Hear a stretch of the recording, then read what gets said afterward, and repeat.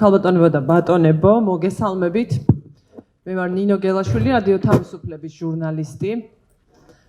დიდი პატივია ჩემთვის და ვღელავ ძალიან ამ დისკუსიის წაყვანა. დიდი მადლობა ორგანიზატორებს შემოთავაზებისთვის. და ურთულეს თემას ვეჭიდებით.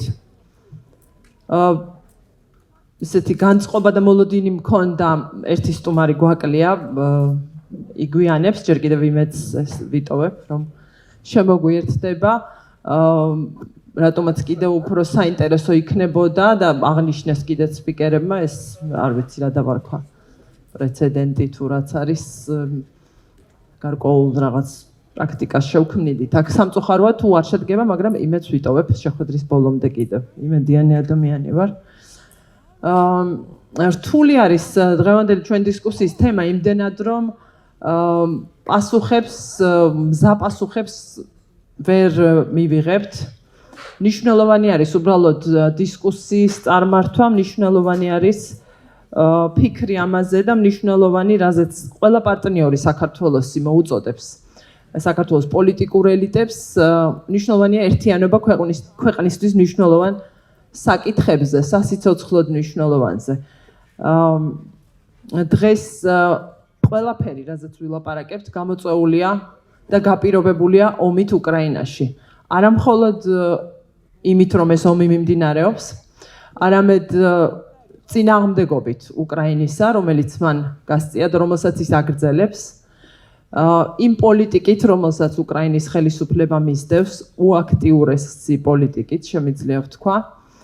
და პრაქტიკულად მთელი მსოფლიო დააყენა არჩევნის წინაშე. დაიცავს მსოფლიო პრინციპებს თუ არ დაიცავს მსოფლიო პრინციპებს და ეს არჩევანი დგას რეალურად ჩვენს წინაშეც. მე წარმოგიდგენთ ჩვენი დღევანდელი დისკუსიის სტუმრებს. გამცდენით დავიწყე და სინამდვილეში უნდა დამეწყო მათით, ვინც ჩვენთან ერთად არის დღეს, დავით უსუფაშვილი. რადგან ასე გადაწყვიტეთ, ასე წარმოვადგენ, ხო? საქართველოს პარლამენტის თავმჯდომარე 2012-16 წლებში.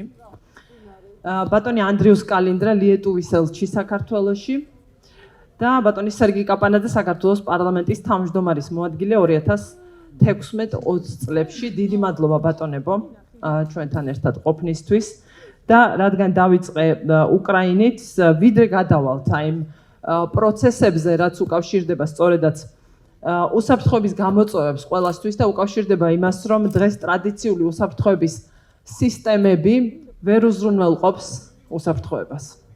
რაღაცა ძალიან ჭკვიანური ვთქვი, მაგრამ ფაქტია, რომ ასეა, ამის წინაშე ვდგავართ და ამ სიტუაციაში ძალიან მნიშვნელოვანია საქართველოს არჩევანი, რადგან ყველაფერი, რაზეც ვლაპარაკობთ, უკავშირდება უკრაინას. მე დავიწყებ უკრაინის პრეზიდენტის სიტყვებით მიმართვიდან ლატვიის პარლამენტისადმი და ის სვამს კითხვას. რატომ მოხდა ისე, რომ ზოგიერთი გადაჭრით ირჩევს მოქმედების და მხარდაჭერის გზას, სხვა კი ყველაღონეს ხმარობს, რომ არაფერი გააკეთოს.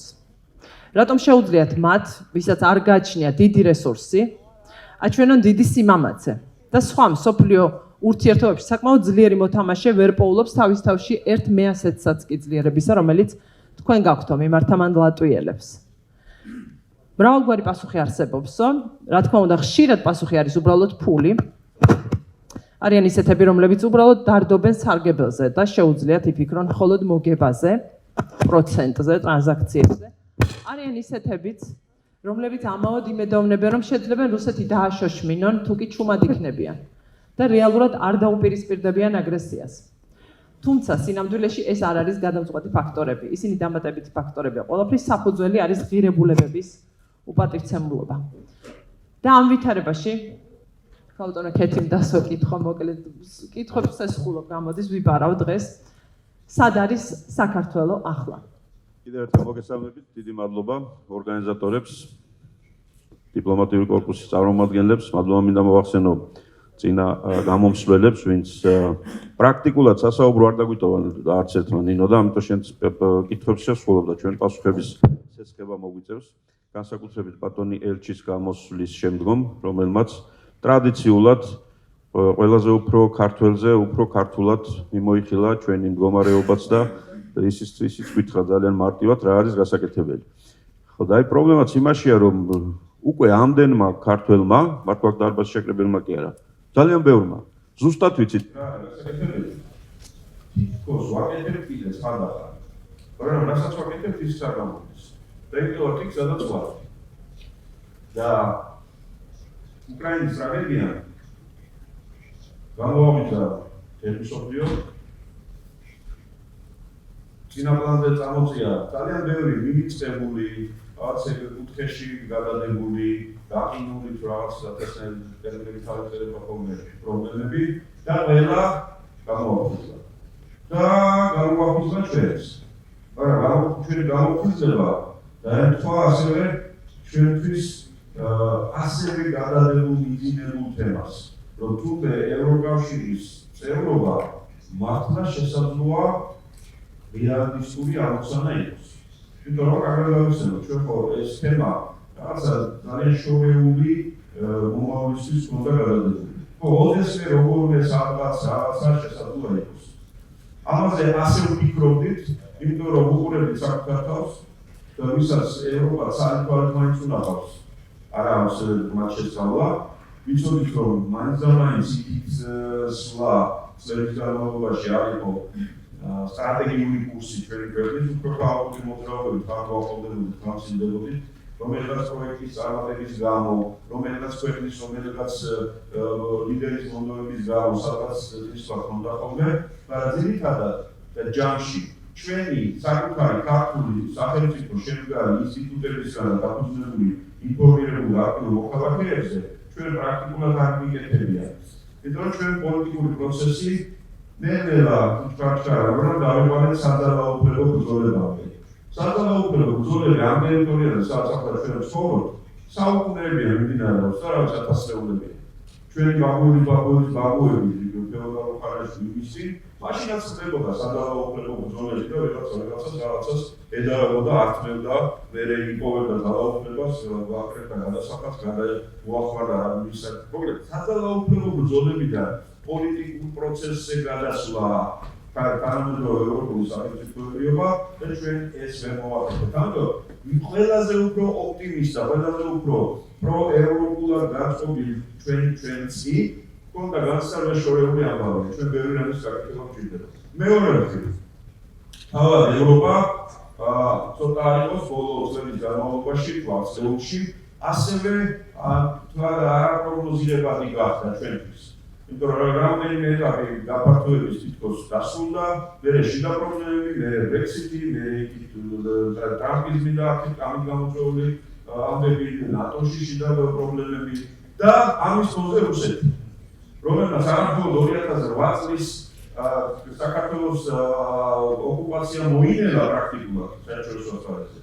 მე კიდე 2014-ში იმით კარგად გადაყვაყა და აღმოსავლეთ უკრაინასაც თათი დააყო. და ვიში აკეთეთ, მაგრამ ბევრი არაფერი. ხო, ამ ვითარებაში ახლა ჩვენ საქართველოს როგორ შეიძლება გქონოდა სერიოზული ჩვენი შიდა ჩვენი განდანახული პერსპექტივა ევროკავშირთან ახლოს მისთვის, ну ნატოს მასალა და პრაქტიკულად ამავე ხაზში მიდიოდა. და რაღაცა მოხდა ჩვენი გამოფხიზლებას ისევ და ისევ უკრაინული ტრაგედიის ფონზე, როდესაც ევროპას ამოწრიალდა, ევროპამაც სულიად სხვანაირად დაიწყო ხედვა და ჩვენ გამოჩნდა შანსი კარგად დაკარგუნების თუ პერსპექტივის თუ კანდიდატების. და აი სამწუხარო რეალობა. მოვიდა ის რაღაცა დრო, რომელსაც ჩვენ სულ ერთი წლის წინ შორეული მომავლისთვის ვფიქრობდით, რომ რაღაც ამბები მოხდება ისეთი, რომ ჩვენ შანსი გავიჩინოთ. ეს ტრაგედია ახლა მოხდა და ახლა გავიჩნდა შანსი და ხვდებით ამ მოვლენას შესაძლოა ყველაზე უფრო დაძაბუნებულ მდგომარეობაში შიდა პოლიტიკური ენერგიებით, მოსახლეობის განწყობით, მობილიზებით, რაღაცა რწმენებით. ეხლა მე აქ არ მინდა რამე პოლიტიკაში გადავიდე, მაგრამ ამაზე მეტყველი ფაქტი რა შეიძლება იყოს, რომ ჩვენი კოლეგა ბატონი არქილი, რომელიც უშის აღამოთ ერთიდან მოდიოდა აქ, აი დღეს ვერ მოვიდა. იმედია ყველაფერი კარგადაა და მშვიდობაა და რამე პრობლემა არ აქვს, მაგრამ ამაზე მეტყველი ფაქტი რა შეიძლება იყოს, რა დღეში ხდება ქვეყანა ამას. მე იმედია მე მექნება კიდე ცოტა რაღაცისთვის საშუალება, მაგრამ ეს ყველაფერი რაც თქვი, აი რა ვითარებაში ხდება საქართველოს დღევანდელობას და რა დღეში ვარ, არავითარ შემთხვევაში არ გულისხმობს იმას, რომ ჩვენ დაგვემართოს კიდევ უარესი. არავითარი პანიკა, არც ერთი შესაძლო გადაწყვეტილების შემთხვევაში, არავითარი რაღაც არ ვიცი, რო ჩვევია ხოლმე, ხან ხელის ჩაქნევა, ხან თითების გაშვერა, იმის ბრალია, ამის ბრალია. ეს შანსი გაჩნდა, ჩვენ შეიძლება ეს შანსი სრულად ახლავე ვერ გამოვიყენოთ, მაგრამ ის უნდა გამოვიყენოთ. ამიტომ ამაზე მე ვისაუბრობ. დიდი მადლობა. დიდი მადლობა, ბატონო დავით. ცოტა ვერ ხვდები მიკროფონი მუშაობს თუ არა. საქართველოა, ხო? დიდი მადლობა და ხო სად ვართ? მაინც კაფეო პასუხი ვერ მივიღე, მაგრამ ვეძებოთ პასუხი ამაზე. ბატონ არჩილს ახანას ხშირად ვახსენებ, ეთერს გავიხსენებ მასთან. ხშირი არ არის, მაგრამ რადიო თავისუფლებაში დრო და დრო მოდიან მმართველი ძალის წარმომადგენლები და მე მას ვუთხარი, რომ რაც გინდა ის უძახეთ ერთმანეთს პოლიტიკოსებმა, რაც გინდა ის უქენით. ოღონდ ეს საქმე არ უნდა გაფუჭდეს და გულისხმობდი კი იმ ეტაპზე კითხვის შევსებაზე იყო ლაპარაკი პირველი ნაწილისა. რეალურად ეს არის თავი და ეს იცის ყველამ ვიცით აქ მსხდომებმა და ამ ქვეყანაში, მაგრამ არ გამოდის. რატომღაც ესეთი შთაბეჭდილება მრჩება, რომ პოლიტიკოსებს გონიათ, რომ უნდა ესიამოვნოთ ერთად ყოფნა და რაღაცის გარშემო გაერთიანება და ეს საერთოდ არ არის სამომრჩევლის არც მოქალაქის პრობლემა. უსიამოვნო განცდის გადაბიჯებით უნდა გაკეთდეს ის, რაც გასაკეთებელია. ლიეტუვა არის ერთ-ერთი ქვეყანა, რომელიც ყველაზე აქტიურად მოუწოდებს და დიდი ხანია ქართულ პოლიტიკოსებს, რომ გაერთიანდით საგარეო პოლიტიკური გამოწვევების დასაძლევად, უსაფრთხოების გასამტკიცებლად, გაერთიანდით ქვეყნის გარეთ გამოჩნდით ერთიანი და გქონდეთ მიაღწიეთ ამაზე თანხმობას, როგორც უნდა გძულდეთ ერთმანეთი. ეს სიტყვებიც კი მაქვს მოსმენელი ერთ-ერთი ლიეტუველი პოლიტიკოსისგან. ბანო ელჩო, როგორ მიაღწიეთ თქვენ თავის დროზე? მე ვიცი, რომ დაპირისპირება ლიეტუვაშიც არ იქნებოდა ნაკლები და არც იყო და კიდევ უფრო ადრეული ეტაპი იყო და კიდევ უფრო დიდი სხვაობები იყო სოფხედველობებს შორის პარტიების. როგორ მიაღწიეთ ერთიანობას და როგორ მიაღწიეთ მიზანს, რომ გაგვიზიაროთ თქვენი საიდუმლო, კაცმანო თქვა საჯაროა, მაგრამ რომ კიდევ ერთხელ აგვიხსნათ და განგვიმარტოთ ეს გაკვეთილი, რომელიც გაიარეთ.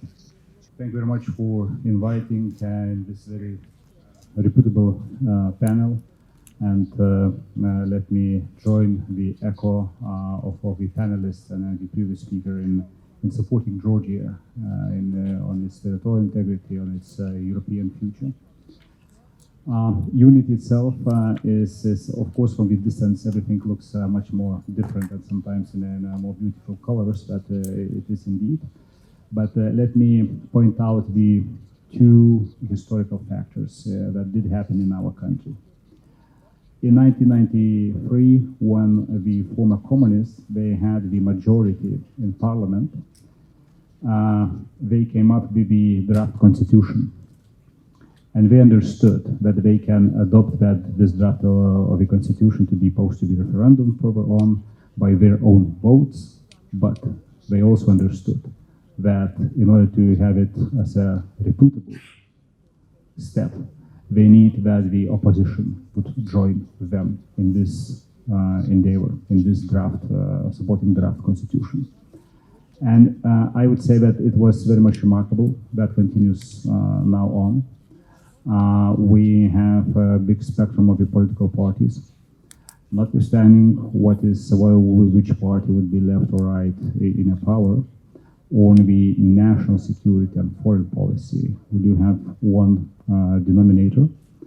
We do have the joint agreements, Yes, they have to be adapted. Would be China and then Taiwan issue, as it was in the Lithuanian case, would be the Russia's aggression against Georgia, Ukraine. And the second is since 2004 and before, starting in 1997 when we were granted the EU candidate status, I would say that it was the overall ambition and determination by each and every public service personnel, head of institution, to go ahead with the reforms and to feel pity if we're not doing that in a term provided by our partners. We did not dismiss their perceptions. We did not dismiss their opinions and views. We met them with the ambition and we met with the determination just to go ahead. And the third point is that probably it works well in our country that since 1992 we didn't have any same government or any same prime minister to be re-elected.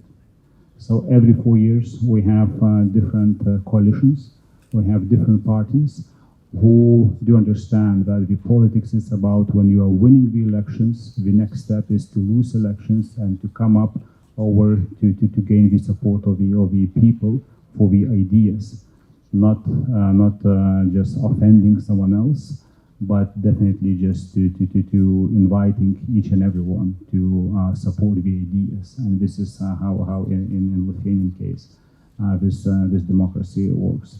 Yes, we do have big political debates as in each country, but this unity, this is understood that, and it's not just unity of the one Baltic state, but this unity of 3 Baltic states and the best closer allies, because as we see right now in all these circumstances around and in Ukraine, most likely the world geopolitics will not be based as now is on big and small states. It will be based on the different rules of engagement. And we have, as a small countries, already now started to elaborate this future engagement and our place in this engagement. Because as it was mentioned, yes, Europe itself also will not be the same as it is. So the ahead thinking and this is very much needed. And I would wish to invite our best friends and allies, including Georgia, to think about it.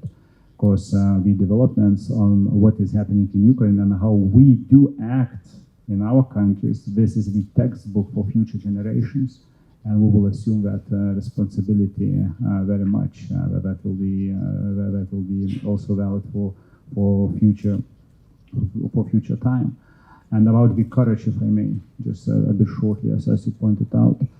I'm indeed being a representative of very humble people of Lithuania. I'm very much honored that just last Saturday, 2 days ago, within the 3.5 days, the Lithuanian people, through the crowdfunding, they accumulated 5 million euros to buy Batakhtar drone and to give as a present to Ukraine. And of course, we would like in a bigger economies, in a bigger states, just to follow in a way that the courage and ambition, this is very much, and creativity, this is very much needed in order to support Ukraine, because Ukraine, this is not just about Ukraine itself, this is about all of us, as we're facing very unpredictable environment. დიდი მადლობა და დიდი მადლობა იმ თემის შემოტანისთვის, შეხსენებისთვის, რითაც დასაწყისში თქვი, რომ ჩვენ ახლა ვლაპარაკობთ რაღაც ისე წავიდა ევროკავშირში ინტეგრაციის ამ კონკრეტულ ეტაპზე ძალიან მნიშვნელოვანზე შევყევით, რომ იტყვი, ანუ უფრო ეს ძალიან მნიშვნელოვანი პროცესია, ცხადია, მაგრამ სწორედაც ამ ცვალებად ვითარებაში კი რთულია ძალიან რაიმის განსაზღვრა,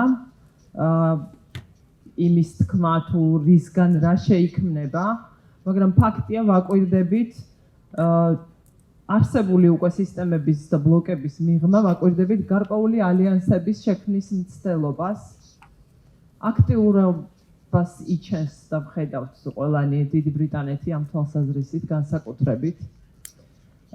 როგორც ბატონმა ელჩმა აღნიშნა, ამ ყველაფრის მიმართ სიფხიზლეა საჭირო და დანახვა საკუთარი ადგილისაც, მათ შორის პოლონეთი ჩანს ძალიან. და რაიმეს ბატონ სერგი თქვენ მოგმართავთ, თუ ხედავთ რაიმე მის ხალხს მაინც საქართველოში იმისა, რომ ამ საკითხებზე, აი მომავალზე, ომის შემდგომ მომავალზე, რომელიც ძალიან განუსაზღვრელია მესმის, მაგრამ აი ამისთვის მზადყოფნაზე მიმდინარეობდეს დისკუსია, რომელიმე ესე ვთქვათ, აი მუდმივი პროცესი მუშაობის, რომელიმე შრეში საზოგადოების. საჯაროდ რომ ვერ ვხედავთ, ვიცით. დღეს ამის ცდელობა ერთ-ერთი. მადლობა, დისკუსიას რაც შეეხება. ის არის მაგაზე რომ პასუხი გავცეთ, თავიდან რა კითხავს დასვიტო, სად ვართ? ეგ არის მნიშვნელოვანი კითხვა, იმიტომ საბოლოო ჯამში პასუხი კითხვაზე სად ვართ განისაზღვრება, არ განისაზღვრება რაღაც ობიექტურად მოცემული ჭეშმარიტი რეალობით. დიდწილად არის კავშირში აღქმასთან. რუსეთისთვის ვართ მისი გავლენის სფერო და უფერული ზონა. ევროპისთვის ვართ აღმოსავლეთ სამეზობლო. საქართველოს მოსახლეობის უმრავლესობისთვის ვართ ევროპის ნაწილი და გვინდა რომ ევროპაში ვიყოთ. მაგრამ რეალურად ვართ რაღაც შრედინგერის კატასტროფით, ბოლომდე რომ გაურკვეველია რომ სად ვართ და სამწუხაროდ შედეგი ამ შრედინგერის კატასტროფის ხალი იქნება თუ არა, სამწუხაროდ საბედნიეროდ პირდაპირ არის კავშირში იმასთან, რაც მოხდება უკრაინაში. და რეალურად უკრაინამ აბსოლუტურად სრული მნიშვნელობით საქართველოს მიცა, აი კომპიუტერულ თამაშებში რო არის ხოლმე ახალი სიცოცხლე, ორი ლაიფლაინი მიცა. ერთი ლაიფლაინი, რომელიც პირდაპირ უკავშირდება იმას, თუ როგორ მორჩება ომი უკრაინაში და შესაბამისად უკრაინის გამარჯვება მარტო მორალურად კი არა, პრაგმატულად არის ჩვენს ინტერესებში, მაგრამ პირველ რიგში ბუნებრივია მორალურად, იმიტომ რომ წარმოუდგენელ რაღაც საკითხებს რუსეთი, რომელიც შეუძლებელია რომ გაუვიდეს და აუცილებლად უნდა დაისაჯოს ამისთვის. მაგრამ პრაგმატულად უკრაინის გამარჯვებამ გვაძლევს ჩვენ აი ლაიფლაინს, რასაც ქვია, სასიცოცხლო ხაზს, რომ ამ ორ რეალობაში არ აღმოჩნდეთ მართლაც როგორ ვთქვათ, ახლა იცით აი ზესკნელი და ქვესკნელი, ხო, ეს რუსული წარმოდგენა არის რაღაც ქვესკნელი, ევროპული წარმოდგენა არის ზესკნელი, ჩვენ განსაცმელია შუაში. იმის მიხედვით როგორ მორჩება ეს უკრაინის ომი, შეიძლება აღმოჩნდეს ან ერთგან ან მეორესგან და ამიტომ ეს ლაიფლაინი მოგწა რომ გამარჯვების შესაძლებელია ეგ ყოფნა ეხლა რაც თქვით ამ ეტაპზე. აი ეხლა სადღაც ეგრე ვართ და იმედი გვაქვს რომ გადავალთ აი ამ რაღაც ზესკნელისკენ, მაგრამ ეს არის ერთი ლაიფლაინი, მაგრამ არის მეორე ლაიფლაინი უკრაინის ნაბიჯებმა ევროინტეგრაციის გზაზე მოგწა შანსი უფრო სწრაფი ევროინტეგრაციის. და შესაბამისად ორი მიმართულებაა, რომელმაც ჩვენი მომავალი უსაფრთხოება შეიძლება გადაარჩინოს და უზრუნველყოს. ორივე გადის უკრაინაზე, რეალურად ორივე გადის უკრაინაზე და რა თქმა უნდა ორივე გადის ჩვენ ნაბიჯებზე. თავი კრიტიკა რაც აქ ისმის ხოლმე ბოლო პერიოდში, სხვებზე არ ვთქვი, ჩემგან, მათ შორის ხელისუფლების მიმართ, ხო? არის ის რომ როდესაც ეს ორი ხაზი გაქვს და აჩენ კითხებს უკრაინას ხარს უჭერ თუ არა, მაშინ როდესაც პირდაპირ არის მაშინ მის წარმატებასთან შენი უსაფრთხოება და მეორე როდესაც ევროინტეგრაციის ხაზი გაქვს, ასევე უკრაინის მიერ ბოძებული, ასე ვთქვათ, დაჩქარებული როგორც მინიმუმ და იქაც აჩენ კითხვებს შენი ქმედებებიდან გამომდინარე, ეს არის სერიოზული პრობლემა. ეს არის მოკლედ ჩვენი რეალობა. ასევე პარალელურად ამ პროცესებისთან თქვენ მეორე კითხვას რო დაუბრუნდე მე რაც დამისვით, გაჩნდა ასევე შესაძლებლობა სხვა ტიპის ალიანსების ან რაღაც გეოპოლიტიკური ერთობების, ხო, ის ერთია, რომელიც თქვენ იგულისხმეთ ალბათ, ხო, ეს ბრიტანულ-პოლონურ ინიციატივა, მაგრამ ასევე ბოლო პერიოდში ჩვენ ვნახეთ განცხადებები ეგრეთწოდებული გეოპოლიტიკური კავშირის შესახებ, ძალიან საინტერესო გამოსვლა ეკონომიკურ-სოციალურ კომიტეტში შარლ მიშელის, სადაც მან წარმოადგინა ხედვა იმისა, რომელსაც წარადგენს მომდევნო ევროპულ საბჭოზე, რაც გულისხმობს ახალი ტიპის საგარეო პოლიტიკურ საკითხებზე, როგორც მინიმუმ ერთობას ევროკავშირის და მეზობელი ქვეყნების, მათ შორის არის საქართველოს, ბუნებრივია, უკრაინაც, მოლდოვაც და რაც ასევე გულისხმობს განსხვავებული ტიპის ევროინტეგრაციის მექანიზმის ან გაწევრიანების მექანიზმის შექმნას. შესაბამისად, რო შევაჯამოთ მე კითხვაზე პასუხი, ეს შანსები დღეს გაჩნდა და ახლა უკვე არის ჩვენზე პირდაპირ დამოკიდებული, რამდენად ამ შანსებს გამოვიყენებთ. და მთავარი კიდევ ერთხელ კრიტიკა და კითხვის ნიშნები ამაზე, როცა შანსს გაძლევს უკრაინა, ლოგიკური კითხვაა, ყველაფერი უნდა გააკეთო თუ არა, რომ მას დაეხმარო, ყველაფერი უნდა გააკეთო თუ არა, რომ სანქციებს შეუერთო, ყველაფერი უნდა გააკეთო თუ არა, რომ აღქმა არ არსებობდეს, რომ შენ რაღაცას ორმაგ თამაშს თამაშობ, ამ კითხვაზე არის ჩემი სასახო პასუხი, რომ ყველაფერი უნდა გააკეთო. როდესაც ევროინტეგრაციის გზაზე გააქვს შანსი, რომ კანდიდატის სტატუსი მიიღო და კითხვაზე უნდა დაისვას, უნდა გააკეთო თუ არა ყველაფერი იმისთვის, რომ ამადაწყვეტილების მიღების პროცესამდე დედაქალაქებში და ბრიუსელში დარწმუნდა, რომ მართლა გულწრფელად ყველაფერს შვები რეფორმებს ატარებ. და ამის საწინააღმდეგოს როცა აკეთებ, ხო, ამ გვარამეს დაჭერით დაწყებული და ბევრი სხვა პრობლემები გაგრძელებული, ბუნებრივად ხდება კითხვა, ის სადაც ახლა ვართ და რა ტრაექტორიაზეც მივდივართ, არის თუ არა ისაც საქართველოს უნდა. ბატონო ელჩი როცა გამოსვლაში ახსენა დიპლომატიურად, მაგრამ მაინც რო კითხვები არის ტრაექტორიაზე და მიმართებაში, ეს არის კითხვები, რომელიც არის დაუმალავი კითხვები, აი თარჯიმანი რო გავაწოლოთ, შუბი კალთაში არ დაიმალებაო. აი ეგეთი ტიპის კითხვებია, რომელიც არ იმალება. ანუ ეს არის კითხვები, რომლებიც არ იმალება, რომელზეც პასუხები არის საჭირო. ახლა მაგალითად ამ ბოლო პერიოდში სამოქალაქო საზოგადოებიდან ძალიან ბევრი ვცდილობთ, რომ ჩვენს პარტნიორებს ვესაუბროთ იმაზე, რატომ იმსახურებს საქართველოს კანდიდატის სტატუსს. და ახლა ბოლო პერიოდში დავამატეთ მიუხედავად იმისა, რომ ტრაექტორია გვაქვს ცუდი. რატო? იმიტომ რომ ეს ტრაექტორია რო ცუდი გვაქვს, უკვე გარკვეულია. და ჩვენ ახლა ჭირდება მათი დარწმუნება, იმიტომ რომ ჩვენ მართლა მიგვაჩნია გულწრფელად, რომ იქნება კანდიდატის სტატუსი, პოტენციური კანდიდატის სტატუსი, მოკლედ ფუნდამენტური გარღვევა ჩვენთვის საჭირო პირობითობის გზით მათ შორის, რომ კონკრეტული პირობები ჩაგვიდოს ევროკავშირმა, ჩვენი განვითარებისთვის, ჩვენივე თავისთვის, მაგრამ ამ მატარებლის გამოტოვება ჩემი აზრით იქნება ძალიან მძიმე და იმ კითხვაზე, რომელიც ჩვენ თავიდან დავით სად ვართ, შეიძლება პასუხი იყოს უკვე გაცილებით უფრო არაოპტიმისტური, ვიდრე ახლა მე რაც თქვენ ჩემს ოპტიმიზმი ჩემი აზრი არის საკმაოდ, მაგრამ მეტი ოპტიმიზმი გამოავლინეთ ვიდრე ველოდი, ან მე მაქვს ამ პროცესთან დაკავშირებით. ხო, ისეთი პროცესია რისკის შემცველი თავისთავად, ერთი მხრივ არის შესაძლებლობა, მეორე მხრივ საფრთხის შემცველი საზოგადოების განწყობასთან მიმართებით, რომელიც დღეს არსებობს ევროკავშირში ინტეგრაციის მხარდამჭერი, თავარი სასწორზე დევს ჩემი აზრით ახლა ეს არის, რადგან კანდიდატობა თავისთავად წინ კიდევ ძალიან დიდ და ხანგრძლივ პროცესს გულისხმობს წევრობამდე და ამ ეტაპზე ეს დადებითი გადაწყვეტილება პირველ რიგში სწორედაც ამ განწყობებს და საზოგადოების მხარდაჭერის გამყარებას გამოადგებოდა. მე მინდა რომ საკმარისი დრო დაგცეს სამსჯელოდ და კითხვებისთვის აუდიტორიიდან, ვფიქრობ ყველაზე საინტერესო ნაწილი ეს იქნება და ერთი მინდა მანამდე ვიკითხო, არსებობს დღეს პარტნიორების მზადყოფნა უსაფრთხოებაზე, რომ ვილაპარაკოთ ესე ვთქვათ პირდაპირი გაგებით, თორემ ყველაფერი ამით უკავშირდება, მათ შორის კი არა და პირველის ყოვლისა დემოკრატიის განვითარებას, უსაფრთხოებას უკავშირდება. არსებობს დღეს პარტნიორების მზადყოფნა საქართველოს თავდაცვის უნარიანობის და უსაფრთხოების სისტემის განმტკიცებისთვის. იქ არის მოხსენიებული ასევე აღმოსავლეთ ევროპის ქვეყნები, რომლებზეც ზეგავლენა იქონია რუსეთის აგრესიამ. ამ კონტექსტში მტკიცე უარი არ მოგვისმენია, რომ აქ არ შეიძლება იყოს მოაზრებული საქართველო. მსგავსი ინსტრუმენტების გამოყენებით თუ ხედავთ რაიმე ეფექტის მიღწევის შესაძლებლობას და პერსპექტივას საქართველოსთვის და რა უნდა გააკეთოს თავად საქართველოს. Well, there is no very much unique formula as in any situation that we cannot preempt. At the same time, there is quite numerous, I would say, NATO assistance packages for Georgia, and our own kind of way that we went through. Just for example, in 2014, after the Crimea, our budget for military use was 0.67 of the GDP. And in 3 years, we have just jumped up to 2.1% of the GDP. And this is once again coming back to the unity of the political parties.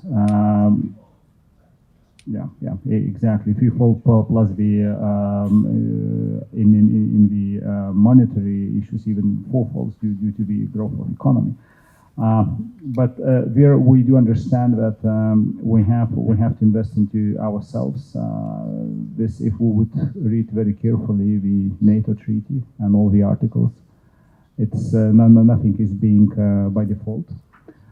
So we are talking about the total defense perception of our country, and we understand that this is how we would contribute to the NATO by defending ourselves, and then only then by inviting our allies to support us, and especially the neighboring countries. So once again, the very much different landscape we're talking today we have than it was just even 5 years ago. And then the determination by political elite and by the people themselves. So this is the predominant. Yes, we were using these sometimes, I would say, blunt messages for Georgia that please be ready, and the day will come when the existential opportunities will appear. And right now, the June of 2022, this is indeed where we will face the decisions in Brussels, would be EU or would be NATO, on the European continent countries that do not yet belong to the EU and NATO. What has to be done. So I think that this is the answer that we have, all of us, the different answers. The question that we have different answers in it. But it comes with the same as right now. Two countries they offered the accession to the NATO, and we see that there are no questions with regard to these countries regarding the level of democratization, the institutions, independence, judiciary, and everything else. So this is everything very much blended. At the same time, we do understand that a small country being at the very periphery of the security landscape of Europe, we understand that yes, for us this is same important to have Georgia in the class, in the community as for Georgians themselves. დიდი მადლობა და ბანო დავით, თქვენთან მექნებოდა შეკითხვა თუ არის რაიმე თუ მსჯელობთ პარლამენტში უსაფრთხოების საკითხებზე და აი ამ პროცესებზე, რაც ახლავს და მიმდინარეობს უკრაინაში ომის პარალელურად საქართველოს შესაძლებლობებზე, პერსპექტივაზე. უსამართლოდ მოხდა ისე, რომ მადრიდის სამიტი რაღაცნაირად ჩაიკარგა ამ ევროინტეგრაციის ამ ეტაპის წინ წამოწევით და თან გასაკვირი არ არის, მაგრამ თან უსამართლოდ ძალიან ჩაიკარგა ეს საკითხი ზოგადად დისკუსიაში ამ კონკრეტულ სარგულისხმობ დღევანდელს. თუ მსჯელობთ მაგალითად ოპოზიცია ერთად ან მართლ ძალასთან ერთად და ჩვენ არ ვიცით, მაგრამ სულ ნუ გვეტყვით, თავარია რაღაცა გაკეთდეს, თუ მაინც და მაინც ეს შეუშლის ხელს საჯაროობა, რომ არ ვიცი ეს წინააღმდეგობა შენარჩუნდეს თუ არ ვიცი როგორც არის. რა შეგიძლიათ რო გითხრათ? ამაზე დროს ხარჯავთ პარლამენტში. ბატონო, რადგან ასე მთხოვთ, გაგიმხელთ ნამდვილად. დიახ, მიდის სერიოზული ცხოველი მსჯელობა, დებატები უსაფრთხოების საკითხებზე, ოღონდ საუბარია მართველი პარტიის უსაფრთხოებაზე შიდა მტრებისგან, შიდა პოლიტიკური ძალებისგან, არასამთავრობო ორგანიზაციებისგან, დიპლომატიური კორპუსის და ასე შემდეგ. სამწუხაროდ, დიახ, ეს ასეა, მე ამ წარე სიმართლეს ვამბობ ახლა და არ ხუმრობ, იმიტომ რომ ქვეყნის უსაფრთხოების გააზრება და გაგება დაყვანილია სახელმწიფო უსაფრთხოებაზე, მის კვლავ-წარმოებაზე, ხვალინელ გამარჯვებაზე და ასე შემდეგ. სამწუხარო რეალობაა ეს კიდევ ერთხელ იმ ოპერიდანაა, ასე ვთქვათ. ეხლა რომ მოგახსენეთ, რომ საძალაუფლებო ბრძოლა პოლიტიკური პროცესისგან სწორედ იმით განსხვავდება, რომ მას სხვა ლოგიკა აქვს. საძალაუფლებო ბრძოლაში უნდა გაანადგურო უახლოესი მტერი. და სახელმწიფო გუნდისთვის უახლოესი მტერი არის მისი დღევანდელი თუ ხვალინდელი შესაძლო პოლიტიკური კონკურენტი შიგნით და არა გარე ძალა, რომელიც სხვადასხვა გზებით და საშუალებებით შეიძლება მშვიდად ამყოფო, გაუფრთხილდე, არ გააბრაზო, მისი ქვეყნის სახელი არ ახსენო რეზოლუციაში და ასე შემდეგ. ესაა სამწუხარო რეალობა.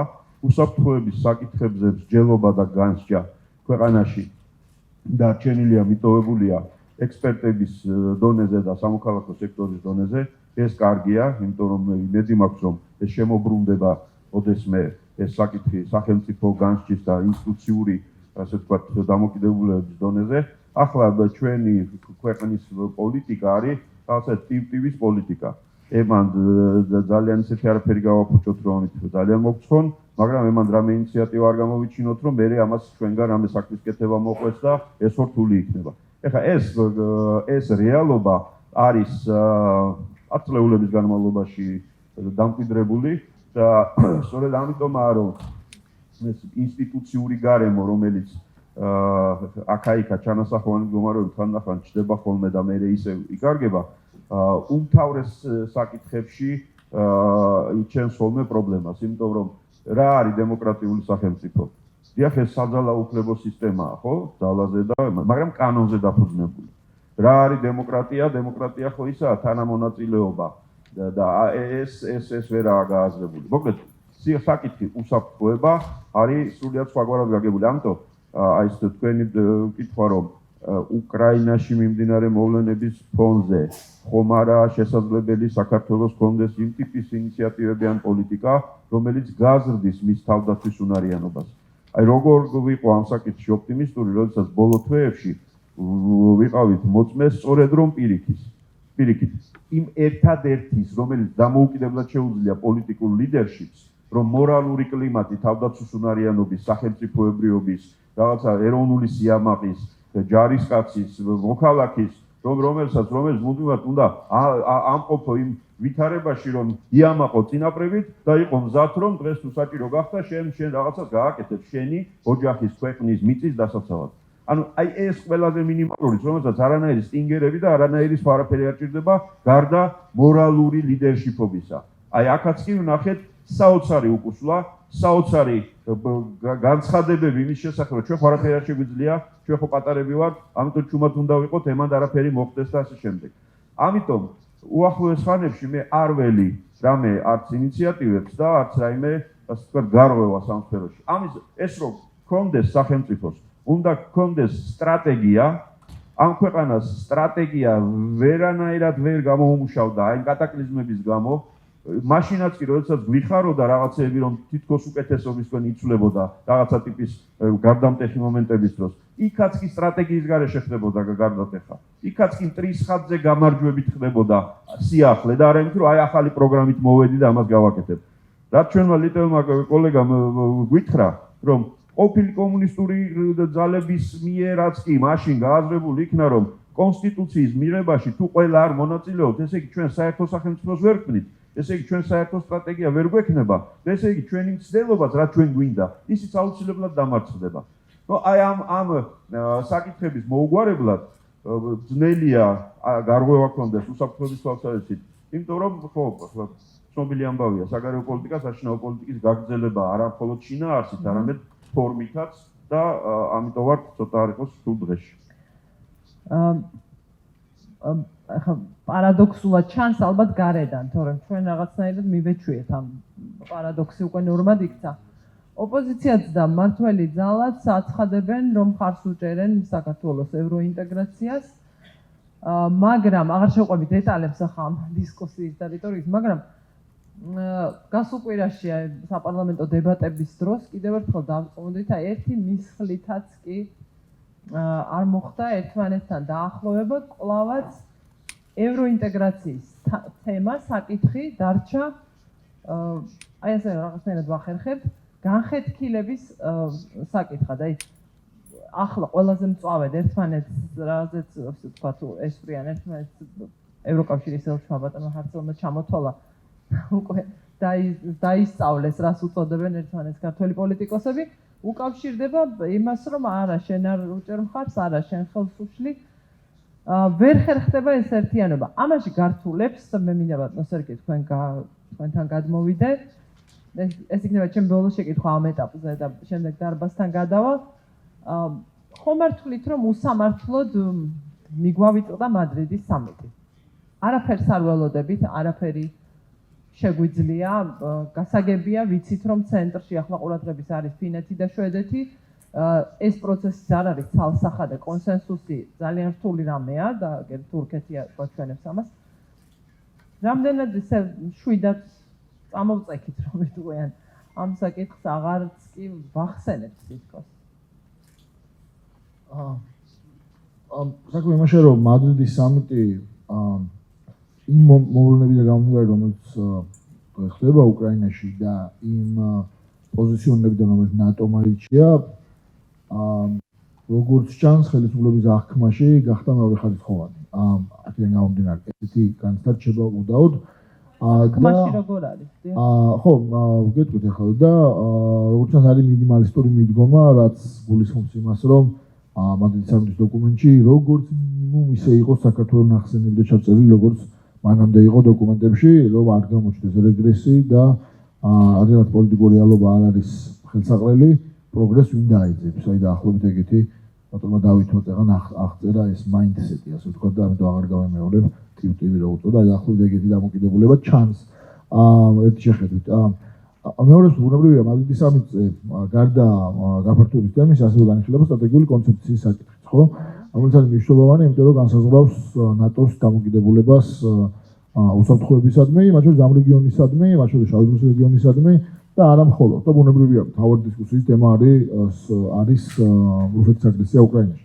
ამიტომ, რა თქმა უნდა, მადრიდის სამიტზე აქტიურობა და დღის წესრიგში ყოფნა, გასაგებია შეზღუდვები გვაქვს ამ კუთხით, არის ძალიან მნიშვნელოვანი. მაგრამ აქ კიდევ ერთხელ, საბოლოო ჯამში მადრიდის სამიტი იქნება თუ ბრიუსელის გადაწყვეტილებასთან დაკავშირებით აქტიურობა იქნება, ჯამში ერთი აქტიურობა იქ, იმიტომ რომ თუ აკეთებ ვიზიტს პარიზში ან ბერლინში ან სხვა დედაქალაქებში, you might as well, როგორც თქვენ, ვილაპარაკო ნატოზეც და ასევე ევროკავშირზე. ხო არა, რომ მაინც და მაინც ერთ თემაზე უნდა ისაუბრო მხოლოდ. ამიტომ მე ზოგადად გვხდია, რომ ეს აქტიურობა სამწუხაროდ შეიძლება იყოს უკეთესი. ასე ვიტყოდი დიპლომატიურად, ანუ ტოვებს სივრცეს, რომ იყოს უკეთესი. დიდი მადლობა და მე გადავალ ახლა დარბაზში თუ არის შეკითხვა ან მოსაზრების გამოთქმის სურვილი ან კომენტარი და ასე შემდეგ და თხოვნა მექნება მეტი რომ მოვასწროთ ცადოთ ყოველ შემთხვევაში პასუხები ჩავატიოთ 1 წუთში თუ შეიძლება თუ დამეთანხმებით ამ რეჟიმზე გისმენთ წარმოადგინეთ თავი მე მქვია მარიამ მეყანწიშვილი და გახლავართ საქართველოს ეროვნული უნივერსიტეტის საერთაშორისო ფაკულტეტის სტუდენტი. Arti sitყვით თავარი მიზეზი მერის გამოცაქვარ გარდა იმ საინტერესო სპიკერების, პანელისტების, რომელიც დღევანდელ შეკრებაზე ესწრებიან და არიან და საუბრობთ მართლაც რომ აქტუალურ თემაზე და მართლაც რომ საჭირო თემაზე, როგორც საქართველოს ასევე ყველა იმ ევროპული და ევროპული ქვეყნისთვის ესე ვთქვათ ვიზაც თვალი უდგას რუსეთს. მე მინდოდა კითხვები დამესვა ბატონ ელჩის ალაკვატისთვის, რადგან სპიკერების სიაში ამოვიკითხე მის სახელი და გვარი და მინდოდა როგორც მთავრობის წარმომადგენელი მისი პოზიციაც რა კითხვა გქონდა? მინდოდა მეკითხა ბატონო ელჩი, იმედია მოისმენს ვინაიდან და რადგანაც ტელევიზიები მაშუქებენ. ბატონო ელჩი, საქართველოს მოსახლეობა და კერძოდ სტუდენტები დავიღალეთ თქვენი პრორუსული მდგომარეობით. ძალიან დიდ ბოდიში ცოტა ემოციურად. არა უშავს, მაგრამ უღელა ბევრი ხალხი როცა. კი ბატონო, უბრალოდ რეალურად ძალიან განვიცდი ქვეყანაში არსებულ მდგომარეობას. გამომდინარე იქიდან, რომ როდესაც ყავს უამრავი პოლიტპატიმარი და საბჭოთა კავშირში ბრუნდებით, გამომდინარე იქიდან, რომ როდესაც ადამიანი საღაზრს აფიქსირებს და სიტყვა ომს ახსენებს, სიტყვა ოკუპაციას ახსენებს, პუტინი ოკუპანტია, პუტინი მკვლელია სახსენებს, მაგის გამო ვირიყებით. მაგის გამო არ ვიცი, ჩვენ ვართ განსხვავებულები და ჩვენი მოსაზრება ან საბოლოო ჯამში გამოდის ისე, რომ ესენი არ საიდან მოდიან ეს ხალხი და ბატონო ელჩი, და ძალიან მინდოდა თქვენი აქ ყოფნა. იმის გამო მინდოდა რომ მეთქვა, რომ ახალგაზრდებს გვაკარგინებთ ყველანაირ мотивაციას. იმ мотивაციას, რომლითაც გვინდა რომ ჩვენ საქართველოში ვრიალიზდეთ, მაშინ როდესაც უცხო ეთებში მივიღებთ განათლებას, ჩვენ საქართველოში გვინდოდეს სული და გული ჩამოსვლა და აქ რეალიზება და მაგის სურვილს გვაკარგინებთ პირველ რიგში. და რაც შეეხება ახლა მაგ ბატონი კონსული არის უკრაინის და მინდა მას მხარდაჭერა გამოუცხადო. ელჩის მოვალეობის შემსრულებელი, კი ბატონო, მინდა მას დიდი მხარდაჭერა გამოუცხადო და დიდი მადლობა გადავუხადო იმისთვის, რასაც უკრაინელი ხალხი, მისი პრეზიდენტი და სამხედროები აკეთებენ ახლა უკრაინაში. ეს არის ჩვენი თავისუფლებისთვის ბრძოლა და ეს არის ჩვენი მომავლისთვის ბრძოლა. გამარჯობა, ცერა გოგნაძე. ბოლო 10 წლის განმავლობაში საქართველოს სახელი რეალურად არც ერთ საერთაშორისო დისპუტში არ მიმდინარეობდა განხილვის საგნადაც კი, თუმცა ბატონმა სერგემ თორცდები ახსენა პირობები და პირობითობა, თუმცა თითქოს უნდა გქონდეს საქართველოს დასახული, მაგრამ ასოცირების ხელშეკრულება და თუნდაც მისი ერთის ნატურა 2000-ის პროექტები არის თუ არა ეს პირობები, რომელსაც რეალურად საქართველოსმა მიყვებოდეს და თქვენ სწორედაც აღნიშნეთ, რომ ამ მატარებლის გამოტოვება რეალურად საბოლოოდ კრახამდეც კი მიგვიყვანს იმ შემთხვევაშიც კი თუ ევროკავშირის წევრი გავხდებით და შეიძლება უკვე წევრი ქვეყნის უკვე მე მგონი 2007 წელს ბულგარეთი გახდა და ერთ-ერთი ყველაზე კორუმპირებული ქვეყანა არის არა მხოლოდ ევროკავშირში, არამედ მთლიანად ევროპაშიც კი. და სწორედ ამ კითხვაზე მინდა და მეც ასევე არჩილ თავაკვაძესთან მიმართვა, ბოლო 10 წლის განმავლობაში ჩვენ გქონდა თუ არა შანსი ასოცირების ხელშეკრულება დაგვისახა მიზნად და მოდელად ჩვენი მოქმედების. მე კითხვა მექნება ბატონ ელჩთან. საქართველოსთვის უსაფრთხოების ექსპერტების სფეროში განიხილება, საქართველოში განიხილება ის რისკები და გამოწვევები, რომელიც საქართველოს შეიძლება დაუდგეს კანდიდატის სტატუსზე უარისქვის შემთხვევაში. თუკი უკრაინა და მოლდოვა მიიღებს სტატუსს და საქართველოს დარჩება ამ სტატუსის გარშემო. ჩვენი შიშები უკავშირდება იმას, რომ რუსეთის მხრიდან ეს შეიძლება აღქმული იქნეს ერთგვარად მწვანე შუქის ანთებად, რომ საქართველოს დარჩება ევროკავშირმა, საქართველოს დატოვა რუსეთის გავლენის სფეროში და ამას შეიძლება ქონდეს ისეთივე ეფექტი, როგორიც ჰქონდა 2008 წელს საქართველოსა და უკრაინისთვის მაპზე უარის თქმას. ჩემი კითხვა შემდეგია, განიხილება თუ არა ევროკავშირის წევრ ქვეყნებს შორის განსაკუთრებით ჩვენ მათ იმ ქვეყნებში, რომლებიც ჩვენი განსაკუთრებული მხარდაჭერით გამოირჩევა, მათ შორის ბალტიის ქვეყნებში, ის რისკები და საფრთხეები, რომელიც წინაშე საქართველოს შეიძლება დადგეს იმ შემთხვევაში, თუ ჩვენ უარს გვეტყვიან კანდიდატი ქვეყნის სტატუსზე უკრაინისთვის და მოლდოვისთვის ამ სტატუსის მინიჭების ფრონზე. დიდი მადლობა. მადლობა. დიდი მადლობა საინტერესო დისკუსიისთვის, ირინა ფრუიძე. ერთ კონტექსტში იყო ნახსენები ორი ძალიან მნიშვნელოვანი და ერთმანეთთან განსხვავებული საკითხი. ეს არის წევრობის კანდიდატის სტატუსის მინიჭება და კანდიდატის პერსპექტივის მინიჭება. მე ვფიქრობ, ძალიან დიდი სხვაობა არის კანდიდატის სტატუსსა და კანდიდატობის პერსპექტივას შორის და მათი როგორც ერთნაირი მიღწევის მოხსენება არ იქნება სწორი. მე ასევე მსმენია ესეთი მოსაზრებაც, რომ საქართველოს ცუდად იქცევა და ამიტომ დღეს არ იმსახურებს კანდიდატის სტატუსს და ამ ეტაპზე მხოლოდ კანდიდატის სტატუსის პერსპექტივა იქნება ალბათ საუკეთესო მიღწევა გარკვეული პირობითობის გათვალისწინებით. პირობითობა შეიძლება ასევე არსებობდეს კანდიდატის სტატუსსა და მოლაპარაკების დაწყებას შორის. ესეც არის გარკვეული ესე ვთქვათ მექანიზმი, რომელიც გამოიყენა ევროკავშირმა ბალკანეთის ზოგიერთი ქვეყნის მიმართ და მე ვფიქრობ, რომ საქართველოსთვის ალბათ ამოცანა დღეს უნდა იყოს არა კანდიდატის სტატუსის პერსპექტივის მიღება, ვინაიდან ესეთი ისტორიული მომენტი ჩვენ არ ვიცით კიდევ როდის დაგვიდგება, არამედ კანდიდატის სტატუსის მიღება იმ პირობითობით, რომ მოლაპარაკება დაიწყოს მას შემდეგ, რაც საქართველოს პირობებს შეასრულებს. ამაზე უნდა იმუშაოს დღეს საზოგადოების ყველა ფენამ, ოპოზიციამ, ხელისუფლებამ, რა თქმა უნდა პირველ რიგში და ის ერთიანობა, რომელზეც ჩვენ საუბრობთ ყველგან, მათ შორის დღესაც არაერთხელ იქნა ხაზგასმული, ზუსტად აი ამ მიმართულებით უნდა იყოს. ყველა, ვისაც აქვს შესაძლებლობა, რომ რაიმე ზეგავლენა მოახდინოს აი ამ გადაწყვეტილებაზე, ამაზე უნდა მუშაობდეს ჩვენი აზრით და მე მაინტერესებს ჩვენი პანელისტების აზრი. სერგი მახსენა ზუსტად აი ეს კონტექსტში სტატუსის, კანდიდატის სტატუსი და პერსპექტივა და მაინტერესებს მისი აზრი განსაკუთრებით. ვასილ ჯიჟიაშვილი, საქართველოს ახალგაზრდა იურისტთა ასოციაცია. ევროატლანტიკური გაერთიანების გზაზე როცა ვსაუბრობთ, აქ ორ რამეს ვსაუბრობთ ხოლმე და დღესაც იყო, ხო? ერთი არის ევროკავშირი, როგორც ეკონომიკური და ინსტიტუციური განვითარების მოდელი და მეორე ნატო, როგორც უსაფრთხოების განვითარების მოდელი. აი ახლა როცა ველოდებით კანდიდატის სტატუსს და ეს შეიძლება იყოს პასუხი შეიძლება იყოს უარყოფითი.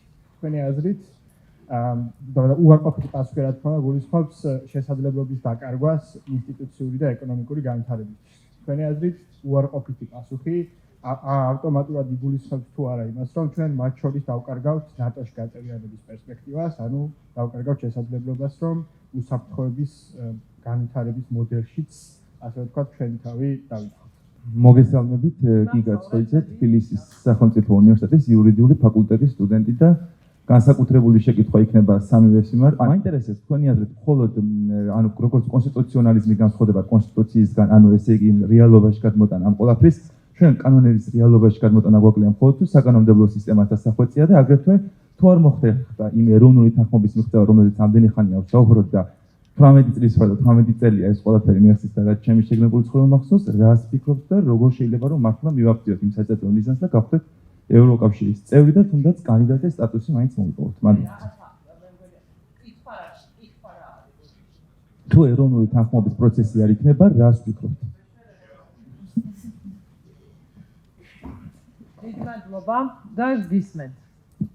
ოკეი, მე დავიწყე, მაშინ მოკლედ შევეცდები პასუხს. ძალიან მოკლედ თუ შეიძლება. იგი, კანდიდატთან დაკავშირებით ნახეთ ალბათ რამდენიმე დღის წინ გამოვაქვეყნე ერთი პეიპერი, რომელიც როგორ დაიგზავნა 10 მიზეზი, რატომ უნდა მიიღოს საქართველოს კანდიდატის სტატუსი. აი ახლა ამ პირობებში, ანუ მე მგონია, რომ კანდიდატის სტატუსი უნდა მიიღოს მაინც მიუხედავად იმისა, რაც არ უნდა ცუდი ხდებოდა სატრაექტორიაც არ უნდა იყოს და ყველგან ვცდილობ მე პირადად რომ ეს ხმა მევაწვდინო, თუმცა ერთი არის რომ რაღაცა ვცდილობ და მეორე არის როგორი ფიდბექი გვხდება შენი პარტნიორებისგან და როგორი დამოკიდებულება გვხდება მათგან. იმიტომ რომ ჩვენ დიდი ხანია ამას ვცდილობთ სამოქალაქო საზოგადოებიდან ვამბობ ამ წუთში ხოლმე პოლიტიკაში აღარ ვარ ბოლო 1 წელია.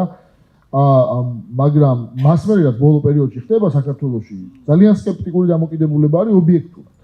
და ერთია რომ დავხვჭო თვალი და კონდეს პოზიცია რაც არის ხოლმე მთავრობის მხრიდან რომ ეგ ყველაფერი არ არის პრობლემა და მოგვეცით იმიტომ რომ ვიმსახურებთ და მეორეა როდესაც უხსნი რომ კი ეს არის პრობლემა მაგრამ ჩვენ კანდიდატის სტატუსი გჭირდება თუ ვიმსახურებთ აი რაღაც კონკრეტული მიზეზების გამო. მე მგონია რომ ამ ორ მიდგომაში არის განსხვავება და მე მგონი იმედი რომ საბოლოო ჯამში კანდიდატთან დაკავშირებით იქნება ის გადაწყვეტილება მიღებული რაც თქვენ თქვით პირობითობაზე გეთახმებით. და აი ეს პირველი და ბოლო კითხვები რაღაც კონტექსტში მსგავსი შეიძლება როცა პირობითობაზე ვსაუბრობთ ჩვენ მე ყოველ შემთხვევაში არ გულისხმობდი და ჩვენ არ გულისხმობთ მარტო სექტორალურ პირობითობას, ანუ რა უნდა გაკეთდეს დისციპლინის ფარგლებში, ასოცირების ფარგლებში, ან კანონები უნდა შეიცვალოს, ეს ყველაფერი გასაგებია და სწორია და მნიშვნელოვანია. ოღონდ აქ არის საუბარი ცოტა უფრო მეტზე. და აი მაგალითი რო გითხრათ, აი მედიასთან დაკავშირებით, ხო? მედია დაჭერილი მედია მენეჯერების საქმე, მედიის ხელმძღვანელების წინააღმდეგ, სასამართლო პრაქტიკა, რომელიც ახლა ხედავთ ბოლო პერიოდში, რომ ცილისწამების მუხლით საქმეები მედიების წინააღმდეგ, უდიდესი ფინანსური პრობლემები, საკომუნიკაციო კომისიის კონკრეტული გადაწყვეტილებები მედიის წინააღმდეგ და პრაქტიკა, რომელიც მას აქვს, ანუ ეს ყველაფერი კანონებით მოგვარდება, ალბათ არა. ანუ რაღაცაში არის პრაქტიკაც შესაძლებელი და ამ შემთხვევაში ევროკავშირს აქვს ეს ბერკეტი და მე მაგ იმედია რომ ამ ბერკეტს გამოიყენებს, რომ მარტო საკანონმდებლო ცვლილებებზე კი არ იყოს საუბარი პირობებში, რომელსაც წაუყენებს. არამედ საუბარი იყოს ასევე პოლისი დონეზე და რაღაც კონტექსტში პოლიტიკურ დონეზე. ეს პრაქტიკა მას სხვა ქვეყნებთან მიმართებაში გააჩნია და არ იყოს მარტო რაღაც კონკრეტული კანონი შეიცვალოს. ბატონ ელჩთან იყო შეკითხვა. ბატონი ხათუნასი. რაც უკავშირდებოდა იმას, რამდენად თვლით რომ შეიძლება ამას 2008 წლის ეფექტი ჰქონდეს უარყოფით გადაწყვეტილებას ევროკავშირისო და მსჯელობთ თუ არა საქართველოსთვის პრესიერ საფრთხეს.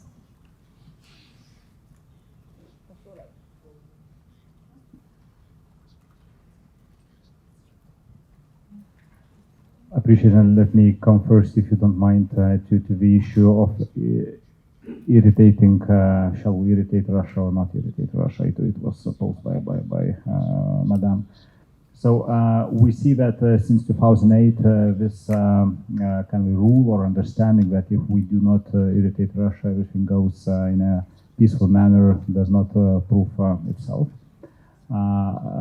We still don't know what has been, what was irritated, that Russia assumed such a brutal aggression against Ukraine in was it 2014 or 2022. In this regard, it's very important not to think about what other countries, especially countries that are not allies, may think about the actions or non-actions, but just to be confident in your own perceptions. Definitely, we may expect that our steps, our actions may energize some counter actions, But in our case, we think that first of all, the national interest is just to the utmost possible to preserve the country's sovereignty, independence, and freedom, and that all the decisions in Georgia would be done in Tbilisi, but not elsewhere else. Our history proves that in our case, and in 40, 70 years ago, these decisions about us were done not in Vilnius, but in other capitals. So that's why the capital-based decisions is very much needed. Yes, our parliament officially named Russia as a terrorist state, with all the implications possible. But this is the reflection of our view. And on EU, not being EU member, would it close the window for NATO membership? Sometimes we're just picking up now just are we in one room or another room. I think that it's yes and no. It is interlinked in a form of the functioning of democratic institutions, etc. On the other hand, we still have to delink these issues. Of course, in one organization there are very much prescribed all the procedures. In another, it's much more, I would say, political perception-based the decisions. And whenever whatever responses, whatever perceptions will be given by countries in June, the most important not to give up. We were also abandoned a number of decades ago, but we will never give up in order just to build up and to expect the future to be different as it was at that time in our country. ორ თემას შევეხები, ერთი კანდიდატობა თუ კანდიდატობის პერსპექტივა და მეორე კანონი, კონსტიტუცია და მისი დანერგვა. რა თქმა უნდა, მე მგონი ყველა ვთანხმდებით, რომ კანდიდატობის სტატუსი მნიშვნელოვანია და უკეთესია და კარგია. მაგრამ მე ნებამომეცით ცოტა ესეთი პოლიტიკური პასუხი გავცე ამ თემას, ამ საკითხს. გეტყვით გულწრფელად. ყველა ფაქტორის გათვალისწინებით, ჩვენი შიდა მდგომარეობის, ჩვენი გარე რეპუტაციის, იმ გარეთ მიმდინარე პროცესების და უამრავი სხვა რამის, მე პირადად ჩემთვის, როგორც მოქალაქისთვის, ამოცანას ასე ვხედავ. აი ამ ერთი თვის შემდეგ მინდა რომ უკრაინასთან ერთად იყოს საქართველო. იმის იქით კანდიდატობა, პერსპექტივა, კანდიდატობის პერსპექტივის კანდიდატობა და მე ახალი მოგონილი საფეხური არაორდინარული მდგომარეობისთვის და შემდეგ. რა თქმა უნდა, ეს ყველაფერი არის უმნიშვნელოვანესი. ეს ყველაფერი თითოეულ ამ სიტყვის მიღმა შეიძლება 5-7 წელია, ხო, მეტი თუ ნაკლები, სწრაფად თუ ნელა, ინტენსიურად თუ ისე რა მინიმალისტურად. ეს ყველაფერი გასაგებია. მაგრამ დღევანდელ მდგომარეობაში თავარი ამოცანაა, ჩვენ არ ჩამოვრჩეთ უკრაინას. და რატო ეს უკვე ითქვა? იმიტომ რომ უკრაინა და მისი მომავალი ეს არის არა მხოლოდ იმ რეგიონის მომავლის განმაპირობებელი, სადაც უკრაინას ტრადიციულად მოვიაზრებთ ხოლმე, არამედ მთელი მსოფლიო პროცესები დაუკავშირდა ახლა იქ მიმდინარე ვითარებას. ისიც ვიცით, რომ უკრაინას აქვს თავისი ძალიან ესეთი ინტერესები, რომელიც სისხლის ფასად, ამდენი ომის ფასად, ამხელა ტრაგედიის ფასად მიიღო და მას არ უნდა რომ ვინმე ქვემოთ დაკაჩოს. და ხო ახლა საქართველოს არ დაგაშორებთ, ამიტომ მოდით თქვენც რაღაცას ვერ მიიღებთ, არ მიიღებთ. ეს არც სწორი იქნება ევროპის მხრიდან და არც ამას ვითხოვთ. მაგრამ ჯამურად ხო თუ რამე დაშორება იქნება, მაშინ რაც შეიძლება მინიმალური. მაგრამ მოლდოვასაც თუ დავშორდით, ხო, მაშინ უკვე 5 წელიწადზე არ ვლაპარაკობთ მორიგ დაკარგულ თაობაზე, ანუ ევროპული სახელმწიფოს მშენებლობაში და ვერმშენებლობაში და ვერაშენებაში. ეს ძალიან რთული იქნება. ამიტომ რა თქმა უნდა, ყველამ უნდა მოვინდომოთ, რომ მივიღოთ მაქსიმუმი, მაგრამ ვერაფერს ვერ მივიღებთ უკრაინაზე მეც და შემდეგ. მაგრამ უკრაინის სიახლოვე და ტრიოს მაქსიმალურად არ დაშლა და დისტანციების არ გაზრდა, მე მგონი არის ახლა პოლიტიკური ამოცანა. მეორე თემა კანონი და ის ძალიან მოკლედ ვიტყვით, შეიძლება. იცით, ეს ქართული ენა ამხელა ეს ყოფილა მეტ და მეტ რაღაცებს აღმოვაჩენ ხოლმე. მაგალითად უწესო ადამიანთან ურთიერთობა გვიხარია, გვეამაყება? გვინდა, ვცდილობთ? საყოველთაოდ უწესოდ შერაცხულ ადამიანთან ვილტვით, მე რომ მოდი ერთად ან ბიზნესი დავიწყოთ, ან რა ვიცი, ოჯახი შევქმნათ, ან რაღაცა ჩავიდინოთ. და უწესო სახელმწიფოსთან რატომ უნდა უნდოდეს? წესიერ სახელმწიფოებს ურთიერთობა. იმიტომ რომ სიტყვა უწესო, ნახეთ რას ნიშნავს? წესებს რომ არ იცავს ადამიანი. და წესი რა არის? წესი ეს არის ღირებულება, რომელიც იქცა განმეორებად მათ ქმედებად. ნებისმიერი წესი ეგ არის. ესე იგი რა, ღირებულებები, რომელზე დაფუძნებითაც ჩვენ ერთმანეთს რაღაცა უღიმით ან თუ დაგივარდა რაღაცა კი არ ველოდები, როდის გაშორდები იმ შენი ვწრო ტაცოხელი და ჯიბეს ჩავიდო.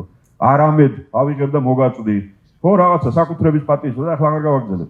მოკლედ, წესების დაცვა ეს არის მორალური ზნეობრივი კატეგორია ღირებულებით და სახელმწიფო, რომელიც წესებს არ იცავს, ის არ ჭირდება მერე ხოლმე არც ევროპას და არც ამერიკას. და დღეს ჩვენ ვართ ძნელად აღსაზრდელი ბავშვივით, იმედი ამ ტერმინით ბევრსაათს დავარღვევ, რა ვიცი, ახალი კონვენციები ამასაც ხომ არ გზალავს. ძნელად აღსაზრდელი ბავშვივით, რომელიც ცდილობს, რომ ოჯახში იქნებ იშვილონი. იმიტომ რომ ის ოჯახია, რამე ვალში კი არ არის ევროკავშირი ქართველებთან და საქართველოსთან. ეს მათი გადაწყვეტილება უნდა იყოს. უბრალოდ ცოტა არ იყოს საინტერესო ძნელად აღსაზრდელი ბავშვი ვარ. რაღაცა ნიჭიერი ბავშვი ვარ. და ამიტომ ამდენ ხანს გველოლიავებიან, თორე რაღაცა სხვა ფორმებს გამოძებდნენ თავიანთი სტრატეგიული ინტერესების მისაღწევად. მაგრამ აი ის წესიერება და უწესობა, ხო? როგორც პირად და კერძო ცხოვრებაში, ისე სახელმწიფო ცხოვრებაშია დასამკვიდრებელი. კი, გვაქვს ჩვენ კონსტიტუცია, რომელიც გვაქვს რა სადღაც დევს ბიბლიოთეკაში. ცხოვრება იმართება სხვა ნებით. ადამიანების და მათი შეჯახებების და ასე შემდეგ. სადაც უნდა გადაწყვეტა ეგრეა. დიდი მადლობა და ხო, ვსჯელობთ ჩვენ რა უნდა ვქნათ, მაგრამ ბოლოს ყველა უნდა თანახმა იყოს იმ გადაწყვეტილებაზე, რასაც მიიღებენ. ივნისში ევროკავშირის წევრ ქვეყნებს გულისხმობ იმაზე გაცილებით რთული პროცესია, ვიდრე შეიძლება აქედან მოჩანდეს და რთულად მისაღწევი მიზანი, რა თქმა უნდა, სურვილი აქ მყოფებს ყველას ერთი გვაქვს და ვიქონიოთ იმედი ხო რომ მოვესაყვარლებით, რა ვიცი. ეს იყო ბოლო. დიდი მადლობა ბატონებო, დიდი მადლობა ბატონო დავით, ბატონო კალინდრა, ბატონო სერგი, დიდი მადლობა აუდიტორიას. უღრმესი მადლობა.